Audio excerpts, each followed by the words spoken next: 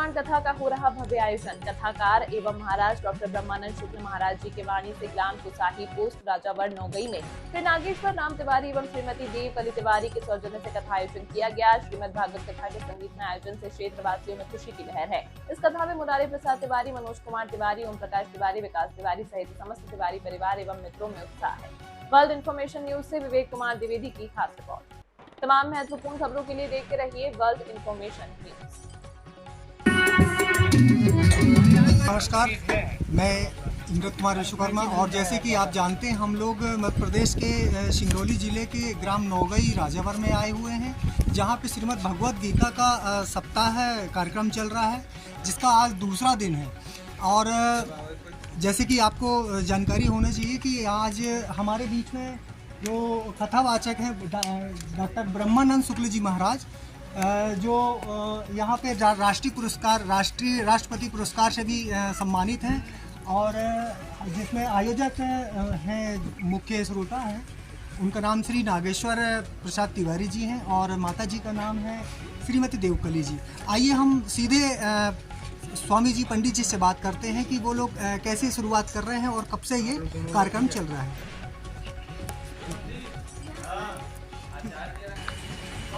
तो हमारे यहाँ जो गुरुजी भगवत जी का कथावाच कर रहे हैं उनके पास आए हैं, और मैं चाहूँगा कि कैमरामैन हमारे स्वामी जी की तरफ से हम लोग बताएंगे कि पंडित जी ये जो कथा हमारी चल रही है ये कितनी तारीख से शुरुआत है और ये कब तक मतलब इसका अंतिम होगा। ये श्रीमद् भागवत महापुराण का सप्ताह यज्ञ चल रहा है। जी जी। सप्ताह का अर्थ ही है 7 दिन। एक सप्ताह में ये कार्यक्रम पूर्ण होता है और इसे सुनने मात्र से जीव का परम कल्याण हो जाता है। श्रीमद् भागवत सप्ताह की कथा साक्षात श्री कृष्ण का वांग्मय रूप है। वांग्मय का मतलब है वाणी से युक्त। इसमें जो भगवान के दर्शन का फल होता है, संसार में किसी भी मंदिर में जाने पर वो फल श्रीमद् भागवत की पुस्तक का दर्शन करने मात्र से मिल जाता है। और उसकी जो कथा है श्रीमद् भागवत महापुराण, 18 पुराणों में सर्वश्रेष्ठ ये महापुराण है श्रीमद् भागवत। इसमें जो भगवान के अत्यंत उत्तम सरस दिव्य लीलाओं का वर्णन किया गया है, जिनको सुनने के बाद व्यक्ति का मन रसमय हो जाता है। व्यक्ति को सुखी होने के लिए रस की जरूरत पड़ती है, और ये श्रीमद् भागवत रस का आलय है। और ये श्रीमद् भागवत वेद रूपी कल्प वृक्ष का परिपक्व फल है। जैसे आप आम का वृक्ष देखें तो उसके शाखा में, पत्ते में, जड़ में सब जगह आम का रस रहता है। आप उसकी दतून करिए आम के शाखा की, उसमें भी आम्र का रस रहता है, किंतु उसका संपूर्ण रस उसके फल में आता है। और वो फल तो टिकोरा हो, थोड़ा जाली वाला हो जाए या और बड़ा हो जाए, उसको पका के खाइए तो उसका रस और अच्छा होगा। इसके बाद जो आम का फल जिसका डंठल सूख जाए और वो वृक्ष में ही पूर्ण रूप से परिपक्व हो जाए, उस आम्र फल का रस सर्वोत्तम होता है। उसमें भी जब तोता अपनी चोंच लगा दे तो अमृतमय फल हो जाता है। तो ये श्रीमद् भागवत के बारे में एक श्लोक 2 जगह यहाँ लिखा है, एक ही श्लोक भागवत महात्म्य में भी है और श्रीमद् भागवत के प्रथम स्कंद के 3रे अध्याय में भी है। उसे मैं सुना देता हूँ संक्षेप में। निगम कल्पतरोर्गलितं फलम् सुखमुखादमृतद्रव संयुतम् पिबत भागवतं रसमालयम् मुहुरहो रसिका भुवि भावुका स्वाहा, यदि इसको मैं संगीत में सुनाता हूँ, हमारे साथ संगीत वाले भी लोग हैं, तो इसको हम और गा के बोलते हैं।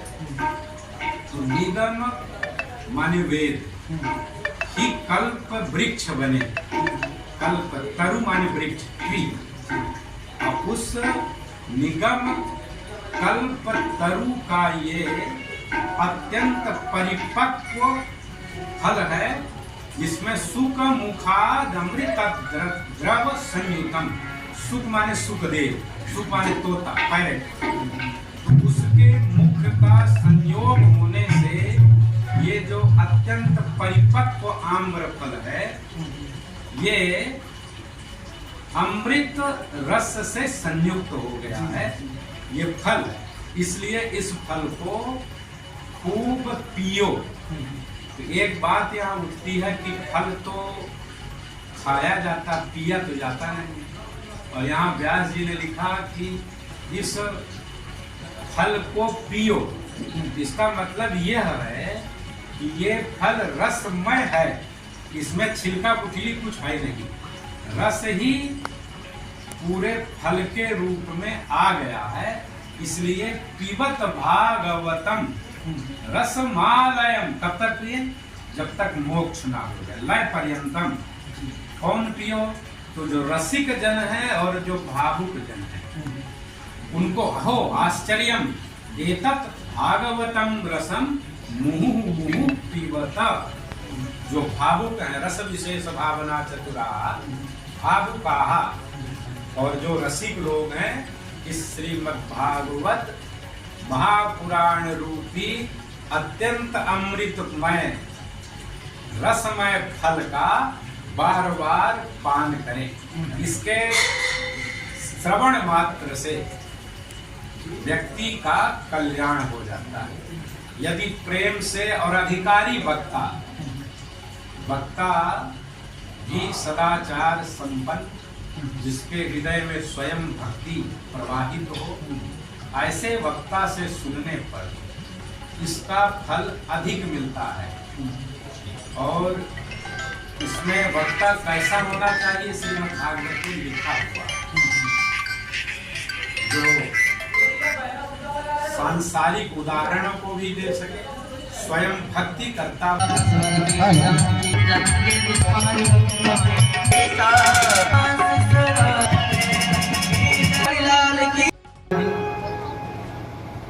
आकुति, देवहूति और प्रसूति।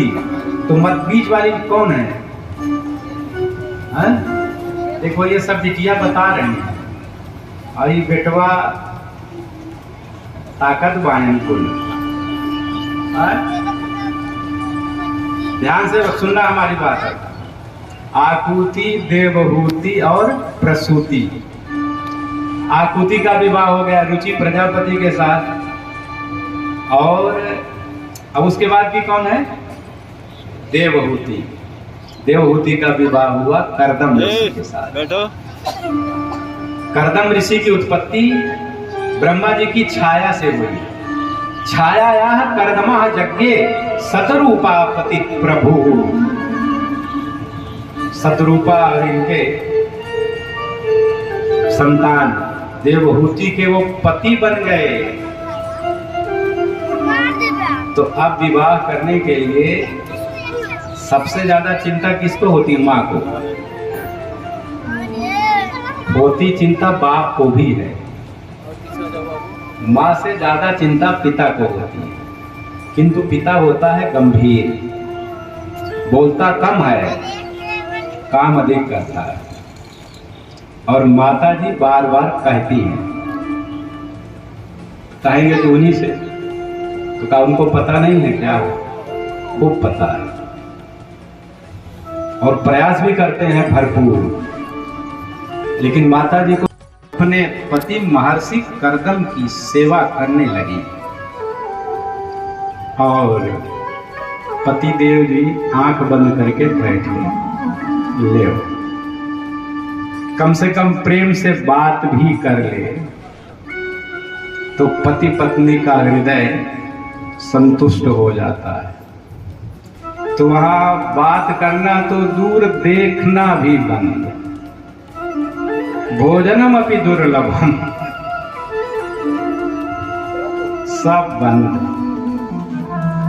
लेकिन देवहूति जी ने अपने पिता को या अपने गुरु देवर्षि को उलाहना नहीं दिया, फुर्सत ही नहीं मिली। नित्य जो उनकी प्रीति सहित सेवा करनी है, परिचर्या करनी है, इसलिए ऐसा नहीं हुआ। बहुत दिन हो गए, पूरा शरीर जो राजमहल में रहने वाला था वो खुले आकाश में, जहां घनघोर गर्मी पड़ रही है, घनघोर ठंडी पड़ रही है, एक छाया भी नहीं। महात्मा जब प्रशंसा किया महर्षि कर्दम की और सुना राजमहल में रहने वाली, स्वर्ण सिंहासन में बैठने वाली, स्वर्ण के झूले में मणियों से जटित झूलने वाली और राज सुख भोगने वाली चक्रवर्ती सम्राट की पुत्री देवहूति ने मन ही मन निश्चय कर लिया कि मुझे ऐसा ही पति मिलता। कितनी महान थी, कितनी श्रेष्ठ थी वो कन्या, जिसने नारद जी के कहने पर कि बहुत अच्छे त्यागी हैं, तपस्वी हैं, आज के जमाने के होता तो बिल्कुल गड़बड़। आज तो वो बस डांसर चाहिए कि जो मंच में कन्याश्च जगे, कौन कौन, आकुतिर देवहूतिश्च प्रसूतिरिति विश्रुता। आकुति बड़ी संतति पुत्रियों में, और मध्यम का नाम क्या है, देवहूति, और तीसरी का नाम है प्रसूति। आकुति का विवाह हुआ रुचि नामक प्रजापति से, ब्रह्मर्षि है। आकुतिम रुचये प्रादा कर्दमायतु मध्यमा, तक्षायादात् प्रसूतिं च ययोरापूरितं जगत। और दो बेटे कौन कौन हुए, प्रियव्रतोत्तानपादौ। एक का नाम था प्रियव्रत, जिनका वर्णन पंचम स्कंध में बताया गया, और दूसरे का नाम हुआ उत्तानपाद। उत्तानपादा माने जीवा। उत्तानौ पादौ यस्य असौ उत्तानपादः, और प्रियम व्रतम यस्य असौ प्रियव्रतः, जिसको व्रत प्रिय हो, जो अपने संकल्प में रहे, उसका नाम है प्रियव्रत। ये जितने शब्द हैं इनका सबका अर्थ है। तो आकुति भई नर सृष्टि अनुपा,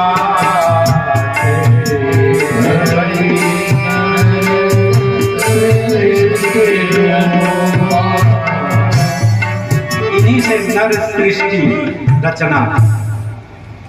मनु की कुल 5 संतानें हुई।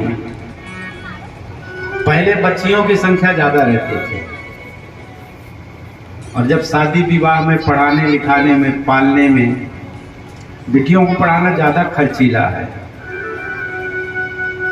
अब वो कहीं बाहर पढ़ रही है तो एक तो उसके लिए पहुंचाने जाए एक आदमी, एक लेने आए, थोड़ा महंगे हॉस्टल में रखो, तो बेटियों का पढ़ाना थोड़ा ज़्यादा खर्चीला हुआ। विवाह करो तो अपने लिए चाहे वो चाहे ना हो, किंतु दहेज दो, और दहेज के बाद भी वहाँ कैसा परिवार। तो इनके पहले 9 कन्याएं होती, 9 कन्योत्पत्ति। और इन्होंने कहा करदम ऋषि ने कि अब मैं जाऊंगा पुनः तप के लिए। तो माता देवहूति ने कहा कि भगवान, पुत्रियां हैं, इनका कम से कम विवाह तो कर दो। तो इनका विवाह किया। किसके किसके साथ किया?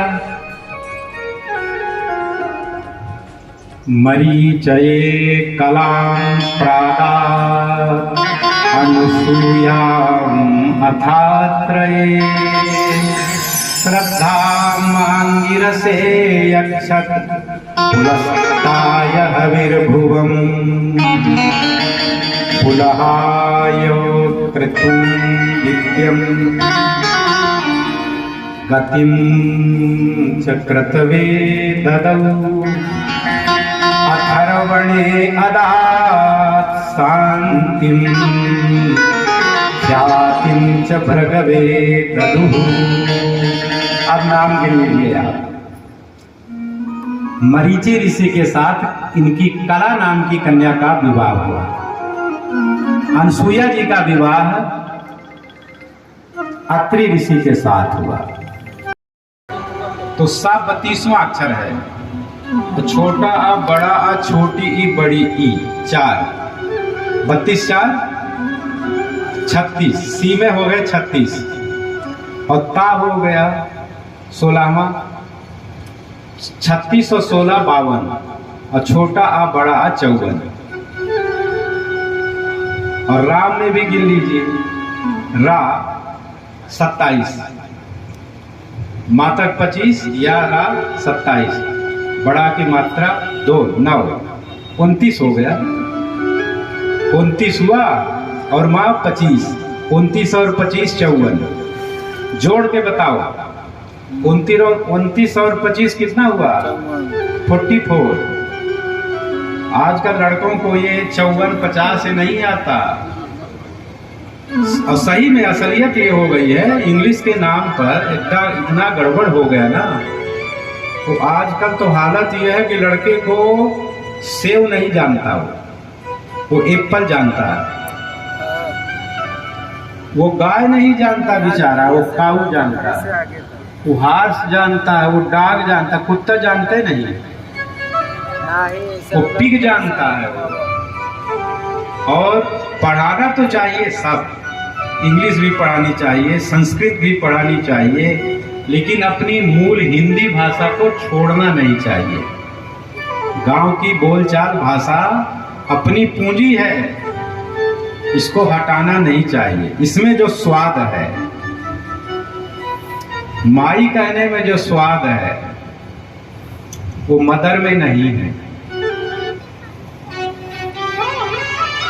माता जी में नहीं है, और तो और क्या।